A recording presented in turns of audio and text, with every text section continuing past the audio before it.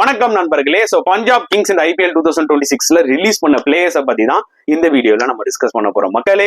So நல்லா ஞாபகம் வச்சுக்கோங்க, பஞ்சாப் கிங்ஸ் வந்து கிட்டத்தட்ட 5 பிளேயர்ஸ் ரிலீஸ் பண்ணிருக்காங்க. அவங்களோட டோட்டல் பர்ஸ் அமௌண்ட் வந்து பாத்தீங்கன்னா இந்த மினி ஆப்ஷன்ல 11.5 crores போக போறாங்க. 4 ஸ்லாட் தான் அவைலபிள், அதுல 2 ஃபாரினர்ஸ். ஓகேங்களா? இப்போ அவங்க ரிலீஸ் பண்ண பிளேயர்ஸ் பத்தி நம்ம டிஸ்கஸ் பண்ணுவோம். கிளென் மேக்ஸ்வெல் ரிலீஸ் பண்ணிட்டாங்க. That was expected. ஏன்னா லாஸ்ட் டைம் அவர் ஒன்றும் பெருசா ஒன்றும் பண்ணல. ஐபிஎல்லே அவர் அண்டர் பிளே தான் பண்ணிருக்காரு.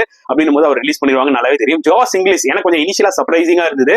பட் ரிக்கி பாண்டிங் ஒரு வீடியோல சொல்லியிருப்பாரு ஃபுல் டோர்னமெண்ட் அவர் அவைலபிளா இருக்க போறது இல்லை, அதனால தான் அவர் ரிலீஸ் பண்ணோன்னு. ஆரன் ஹார்டியை ரிலீஸ் பண்ணிட்டாங்க. This was expected. அப்புறம் Praveen Dubey spinner, Indian domestic spinner release பண்ணிருக்காங்க. குல்தீப் சென்னையும் வந்து பாத்தீங்கன்னா ரிலீஸ் பண்ணிருக்காங்க. சோ கண்டிப்பா பஞ்சாப் கிங்ஸ் வந்து பாத்தீங்கன்னா ஒரு ஃபாரின் விக்கெட் கீப்பர் கண்டிப்பா தேவை. ஆப்ஷன்ஸ் யார்? எனக்கு தெரிஞ்சு பேஸ்டோக்கு போக மாட்டாங்க. டிம் சைஃபர்ட், ஜேம்ஸ் ஸ்மித் என்னைக்குமே அந்த ஒரு ஆப்ஷன்ல இருப்பாங்க. பட் எனக்கு என்ன தோணுதுன்னா, ரிக்கி பாண்டிங் ஜெனரல் ஆஸ்திரேலியன் பிளேயர்ஸை அப்படி கவிட்டு எடுத்துட்டு வருவாரு ஸ்குவாடுக்குள்ள. அந்த மாதிரி அலெக்ஸ் கேரிக்கு ஒரு ஐபிஎல் கான்ட்ராக்ட் கிடைக்குமான்ற மாதிரி எனக்கு தோணுது மக்களே.